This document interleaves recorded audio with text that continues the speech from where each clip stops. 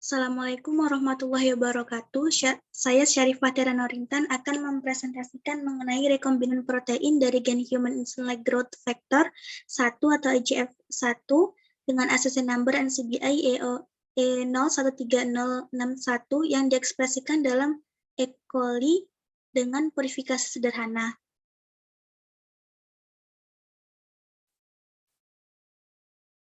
Apa itu teknologi rekombinan protein?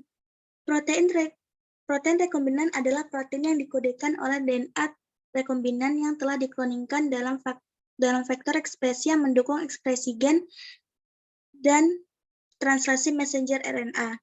Modifikasi gen dengan teknologi DNA rekombinan dapat menyebabkan ekspresi protein menjadi mutan. Protein rekombinan biasanya digunakan untuk menghasilkan produk farmasi, polimer berbasis protein untuk pengiriman obat, antibodi, dan enzim untuk pengobatan penyakit, perancah protein untuk rekayasa jaringan, serta untuk berbagai kegunaan lainnya. Dalam penjelasan kali ini, saya akan membahas mengenai aplikasi protein rekombinan yang pada gen Human Insulin Growth Factor 1 atau IGF-1 dengan vektor cloning plasmid PYPM I1 yang diekspresikan oleh vektor ekspresi E. coli dengan strain DH5-alpha. Oke, gen Human Insulin Growth Factor 1 atau IGF-1 adalah hormon peptida yang diproduksi terutama oleh hati sebagai respon terhadap GH hipofisis atau hormon pertumbuhan yang terlibat dalam berbagai proses fisiologis. Ia bertindak secara endokrin, parakrin, dan autokrin untuk mendorong pertumbuhan. IGF-1 memiliki aplikasi potensi yang besar sebagai agen perawatan kesehatan dan terapeutik untuk mempromosikan pertumbuhan usus neonatus yang sehat. Namun, persiapan yang tidak efektif dan produksi IGF-1 matang yang mahal menghambat penerapan IGF-1 di berbagai bidang. Dibandingkan dengan ekstraksi langsung dari organisme, teknologi ekspresi rekombinan DNA telah dianggap sebagai metode yang ideal untuk memproduksi IGF-1 matang yang lebih efisien dan berbiaya lebih rendah. Untuk menjadikan IGF-1 dalam jumlah besar untuk penyelidikan fisiologis dan uji klinis, teknologi DNA rekombinan telah menjadi metode pilihan karena sejumlah besar protein eksogen dapat diekspresikan dalam bakteri E. coli prokariota yang lebih disukai sebagai inang karena fasilitasnya dalam penanganan dan budidaya, dan hasil yang tinggi untuk banyak protein rekombinan. Beberapa referensi literatur ada pada produksi IGF-1 pada bakteri baik sebagai bentuk yang disekresikan yang menyatu dengan sekuens sekresi atau menyatu dengan mitra fusi aktivitas terlarut. Terdapat penelitian yang menemukan bahwa ekspresi IGF-1 sebagai protein fusi dengan 274 residu asam amino pertama dari beta-galaktosidase dalam E. coli, yaitu yang terdapat pada karakteristik plasmid PYKM I1, untuk meningkatkan hasil IGF-1 dari protein fusi dan untuk mempermudah prosedur pemurnian. Dalam pembahasan saya kali ini akan mendeskripsikan ekspresi IGF-1 sebagai protein fusi beta-galaktosidase IGF-1 terpotong pada E. coli 1 dimurnikan hingga homogenitas dari potensi fusi yang diekspresikan, yang mana selanjutnya dapat menjadi konfirmasi untuk parameter struktural dan dicirikan untuk aktivitas biologis selanjutnya. Oke, selanjutnya kita masuk ke dalam bahan dan metode. Untuk bahan dan metode kali ini, dengan target IGF-1, saya memutuskan untuk menggunakan faktor cloning dari plasmid PYPM I1 dengan vektor ekspresi E. coli strain DH5A.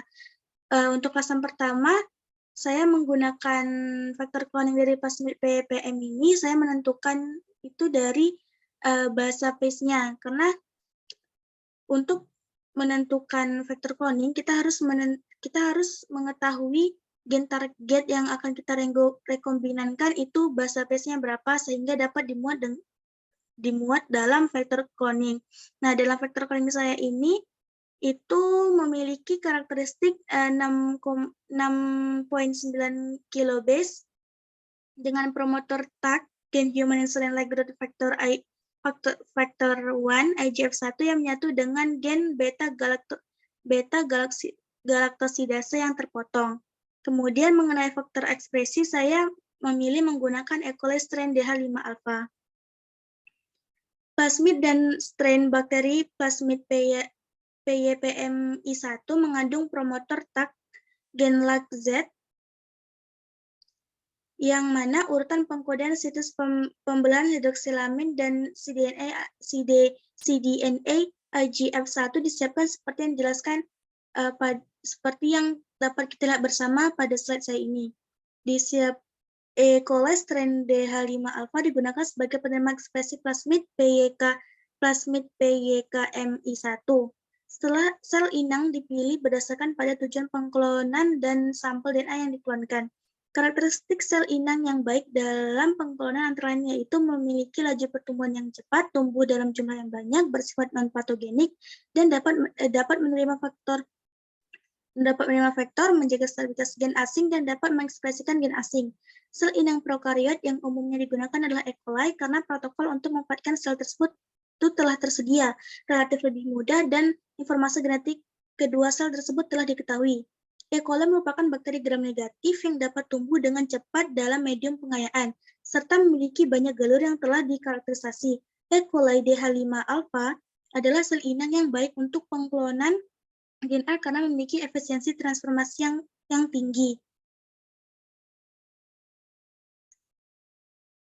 E. coli DH5-alpha merupakan vektor ekspresi yang optimal untuk mengamplifikasi bahan DNA yang stabil. Buktinya, terlepas dari kegunaan sebagai galur cloning, DH5-alpha dapat mempertahankan aktivitas rekombinasi yang cukup untuk merakit hingga 6 fragmen DNA untai ganda mulai dari ukuran 90 base pair hingga setidaknya 7 kilo base menjadi plasmid in vivo. Hal ini menunjukkan bahwa vektor ekspresi E. coli DH5-alpha cocok dipilih sebagai vektor ekspresi protein rekombinan dari gen human insulin-like growth factor atau vektor 1 atau IGF-1 dengan accession number NCBI E013061. Baiklah, sebelumnya untuk struktur ekspresi dari plasmid YP dapat dilihat bersama di sini. Yang saya tunjukkan menggunakan kursus saya. Oke, selanjutnya, untuk rekombinasi protein ada 6. Yang pertama, isolasi sumber DNA.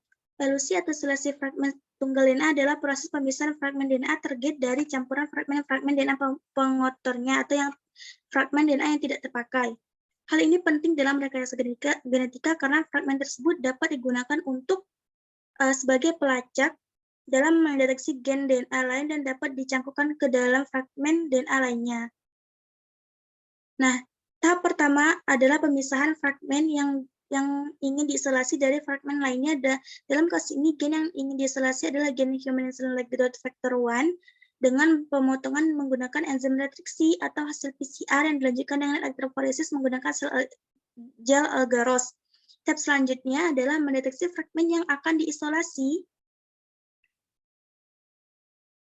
Tahap terakhir akan diisolasi dan memotong gel agarose yang menggunakan fragmen tersebut.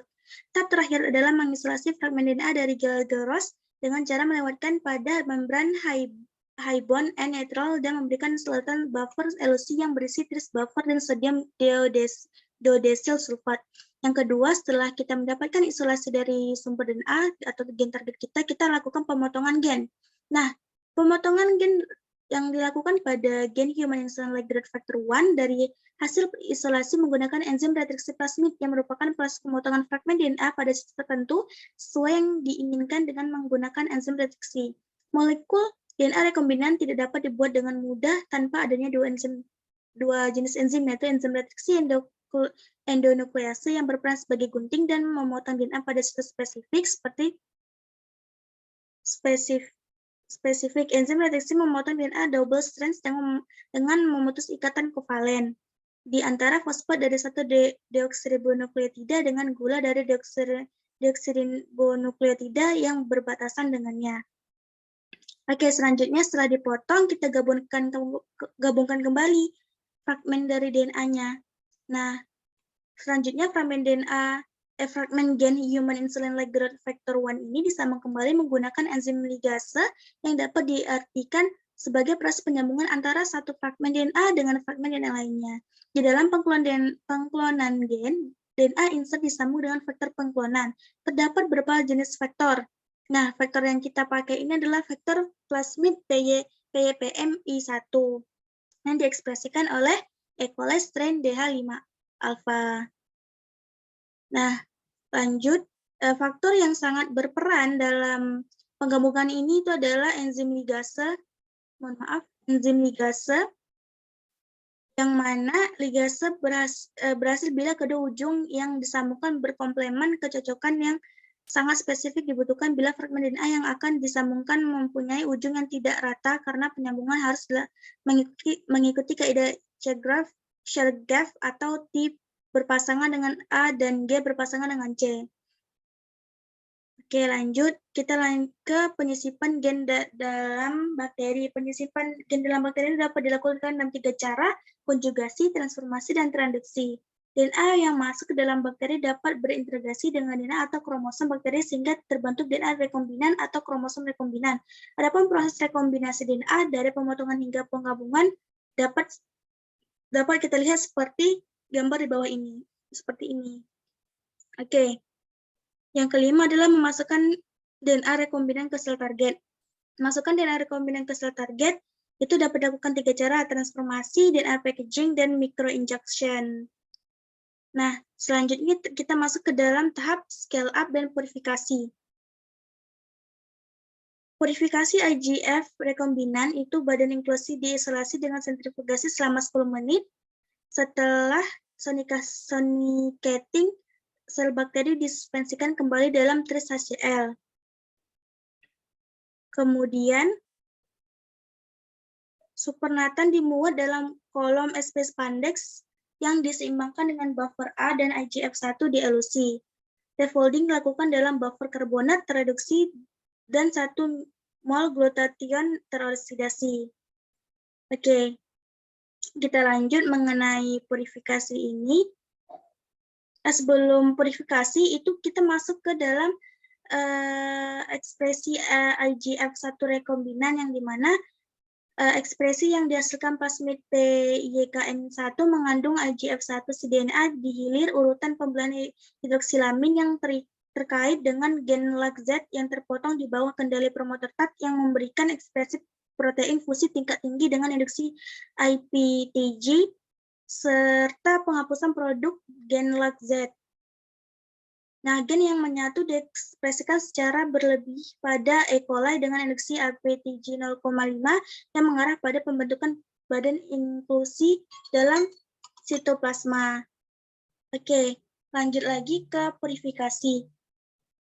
Purifikasi dari IGF rekombinan ini, badan inklusi mengandung protein fusi IGF-1 yang mudah dioksidasi dengan sentrifugasi kecepatan rendah.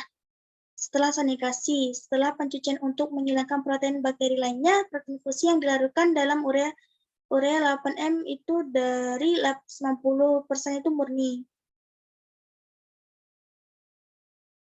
Nah, untuk menyelidiki apakah IGF yang dimurnikan secara aktif biologis, IGF yang dimurnikan atau dipurifikasi dibandingkan dengan IGF standar yang dibeli dari Genzym yang dibandingkan dengan IGF standar yang dibeli dari satu perusahaan tertentu karena kemampuan untuk merangsang penggabungan timidin.